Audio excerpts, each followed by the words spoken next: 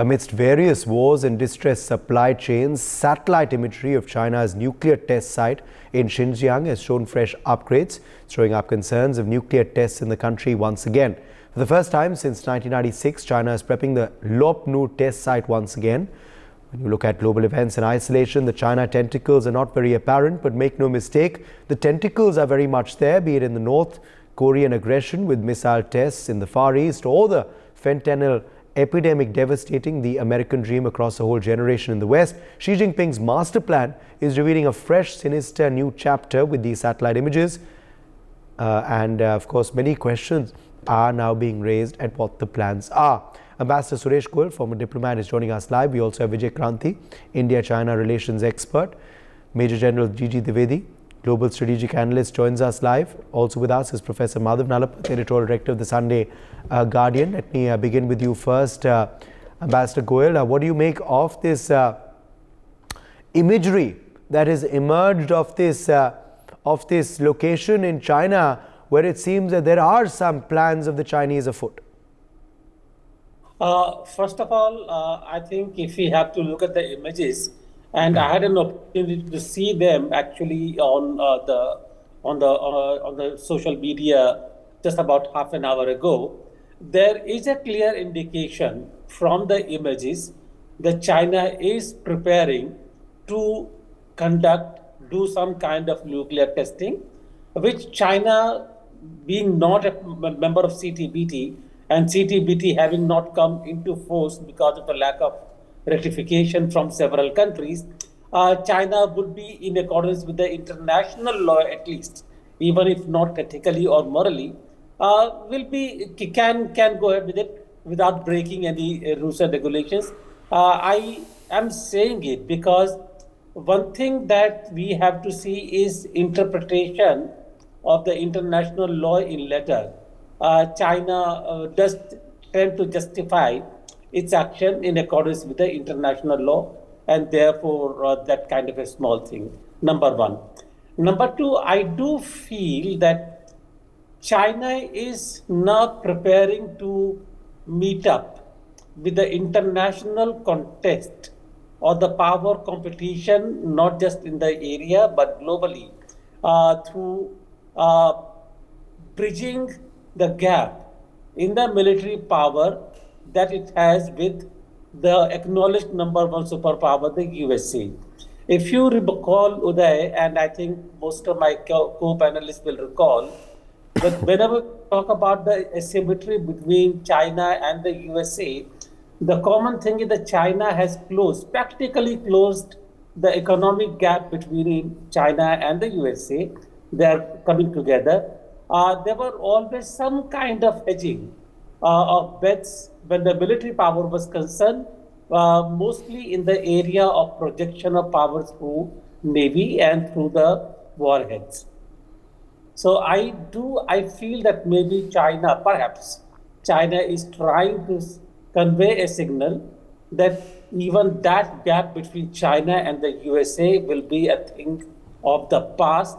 And if that happens, then China's aggressiveness will be even more apparent, will be even more aggressive and more threatening than what it has been till today in the region, even beyond this.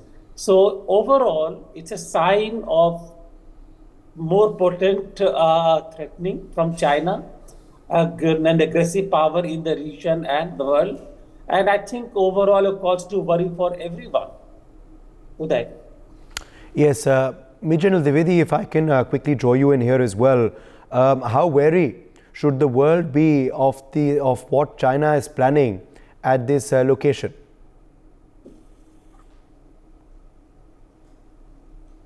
Take these issues very seriously and see in the larger perspective. You know, Chinese do things very surreptitiously, very discreetly. But when we join the dots, we are able to figure out their larger design.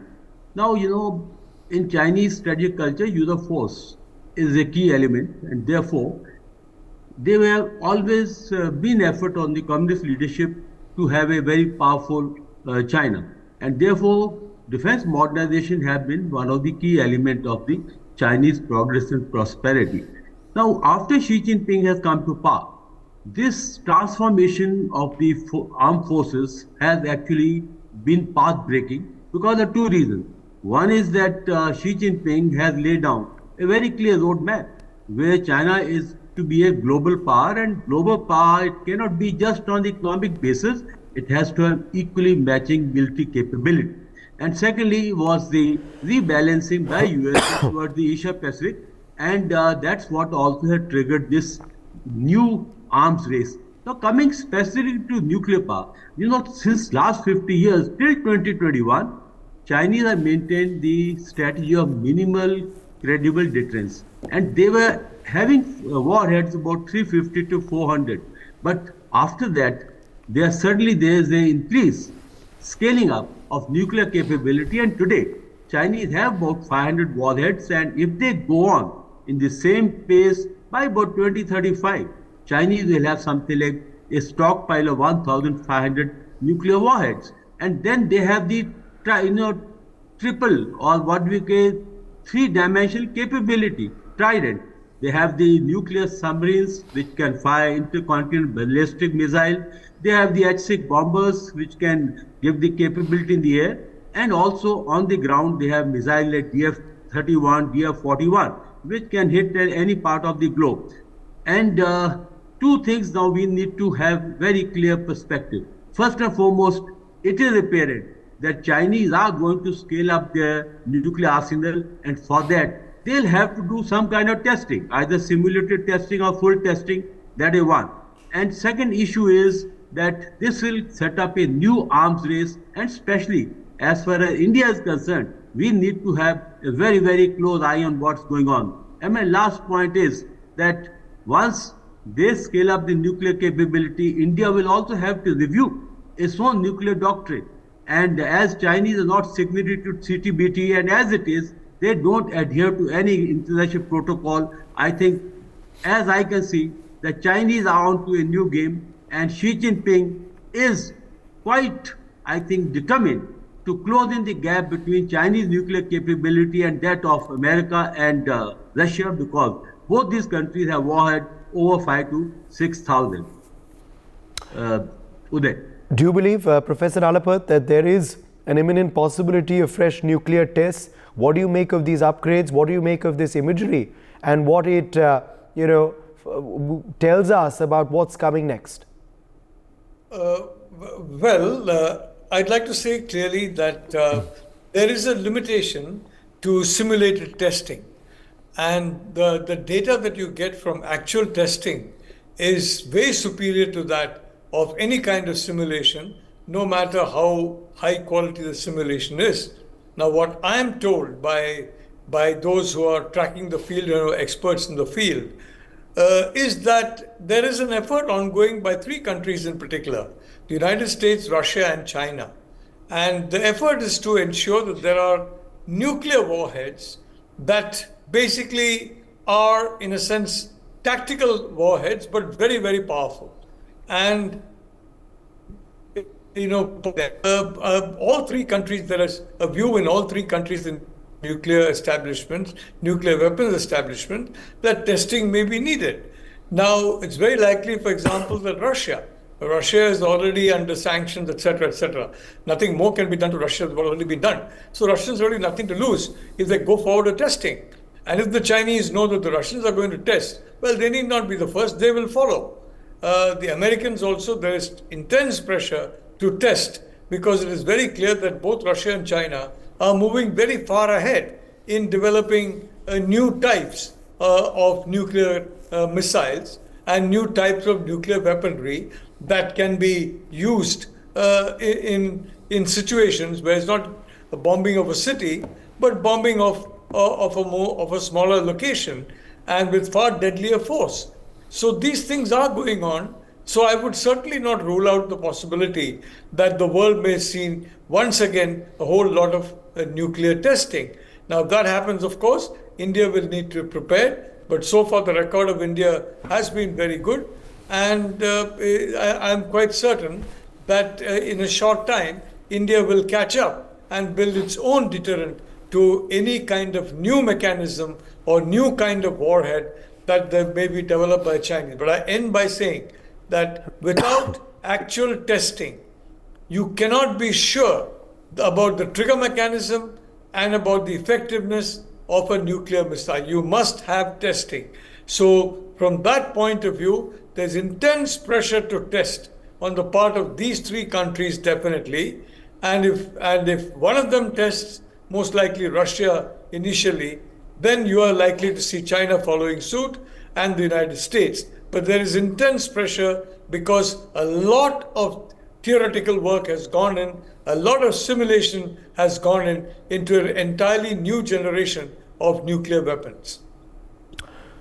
Yes, indeed. Vijay Kranti, let me also quickly bring you in here. Now, this is reminding many of the situation in '96, which is when the last time nuclear tests happened at this very location. Do you believe the events, the imagery are similar? A and B, what could China possibly be planning? Vijay Kranti. As you mentioned, the previous tests China did in Lopnor. Lopnor has a history. Earlier, when China did those tests in Lopnor, and this Lopnor is not in China, it is in what China calls Xinjiang, which originally used to be East Turkestan, which China occupied in 1949. So it is in that occupied land that China conducted the nuclear tests earlier. And let us not forget that because of those tests, there are at least two generations of the Uyghurs, the local residents of Xinjiang, who are known as what you call cancer generations. The cancer which spread in that area has been quite devastating. I know one Uyghur doctor who escaped from China and now is living in the West. I interviewed him recently, and he told me that he was working in what you call the railway hospital in Urumqi, and he used to see so many cases of cancer, and they were 100% the local Uyghurs. But now, over this period, China has flooded Xinjiang with the Han population to overwhelm that area.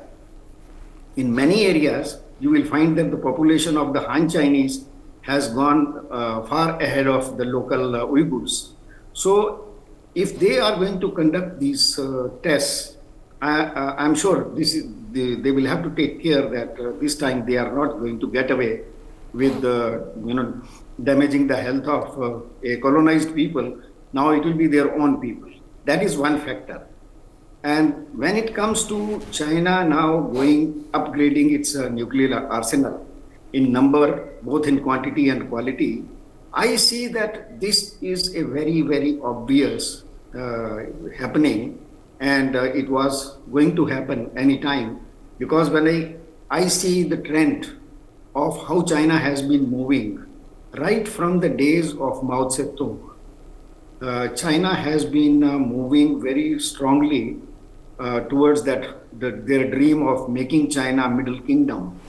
What Mao did, when he occupied the country through his communist revolution, the very first thing he did was through the Cultural Revolution, later on, which ran for 10 years, he practically finished every individual who was anti-communist, and even within his party, he destroyed and killed almost anybody who could be a challenge to himself or to the Communist Party within.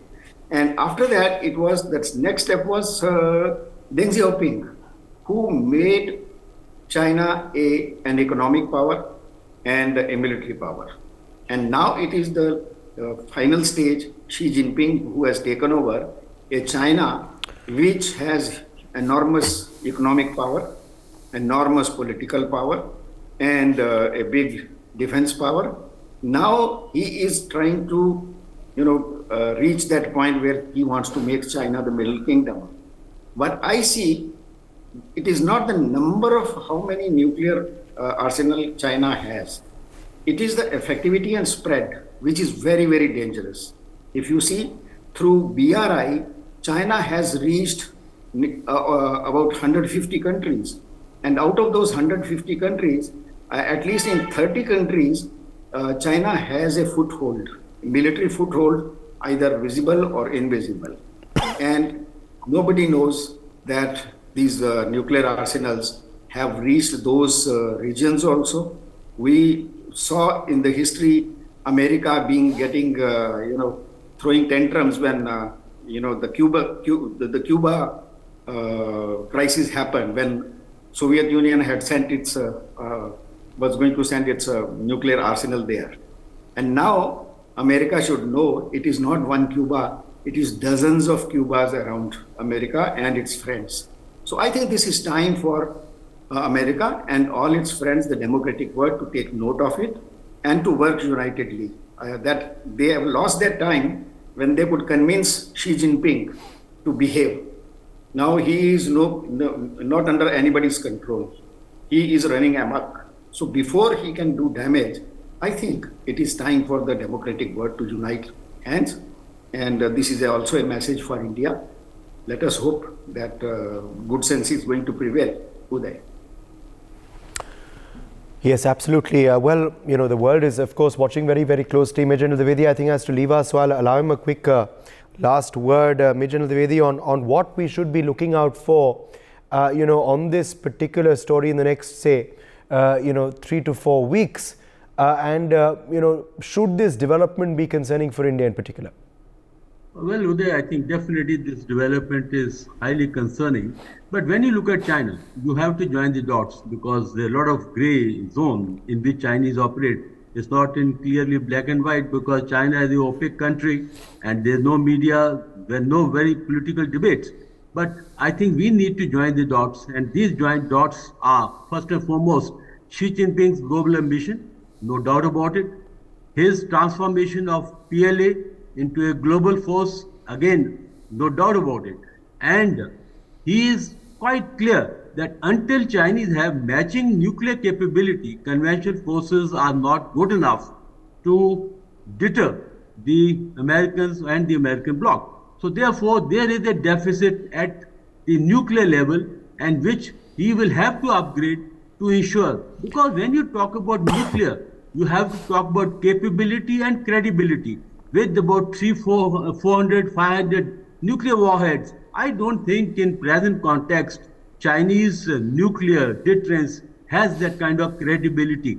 Therefore, I think what we are seeing is actually writing on the wall. And this writing must be clearly understood.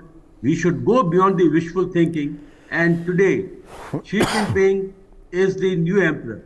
He has nothing, no control over him. He rules China and he can do what he wishes. And I think this nuclear signal that we are getting has to be taken by the world and India very seriously. And this could actually endanger the world further, because once this testing starts, then there's going to be no stop, no full stop, no comma, because then there'll be a new arm race.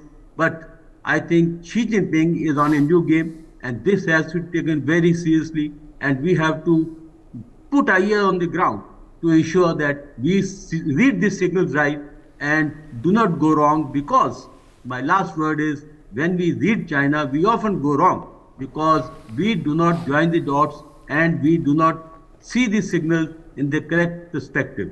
Uday.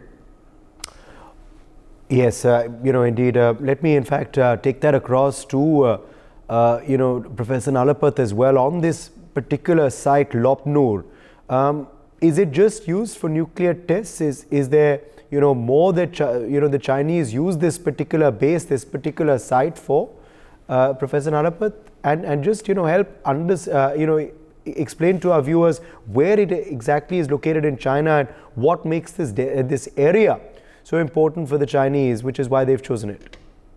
Well, one of the reasons why it's important for Chinese is that there are immense nuclear deposits in the Xinjiang. Now it's a province of China. At one time it was independent, but then they took it over in the 1940s.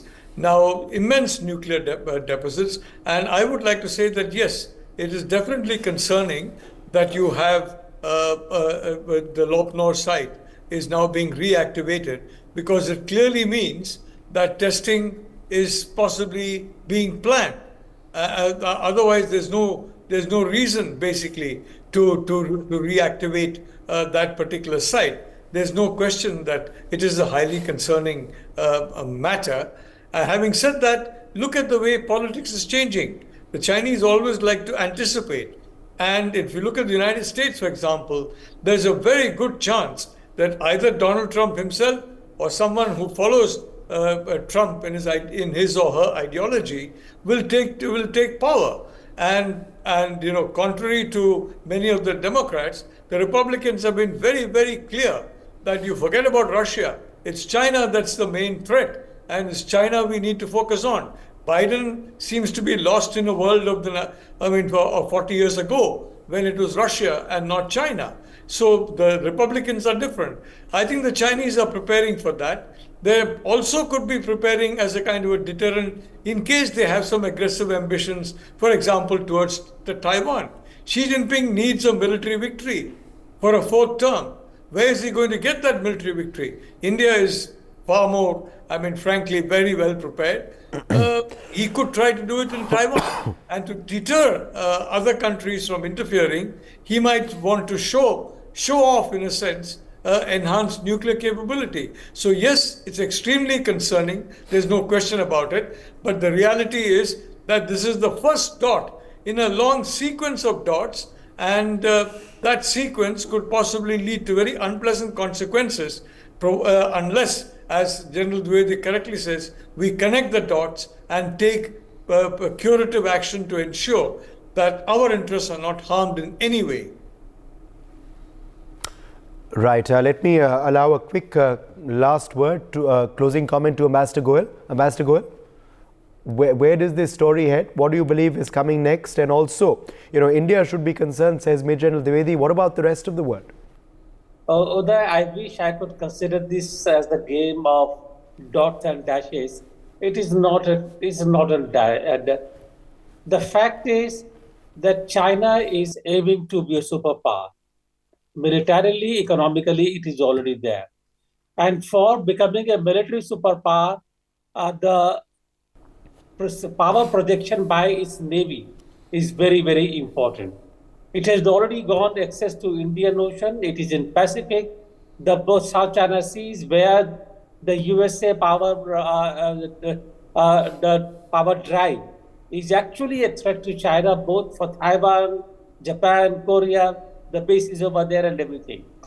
Therefore, an expanded nuclear power for China in terms of the number of warheads can become necessary for a more effective nuclear navy of China. China has a nuclear submarines at the moment, nuclear propulsion, but the deployable nuclear warheads on the sea basis is something that China could be considering, and therefore a modernization of its nuclear forces could be on the cards. For more such videos, subscribe to the NewsX YouTube channel, hit the bell icon.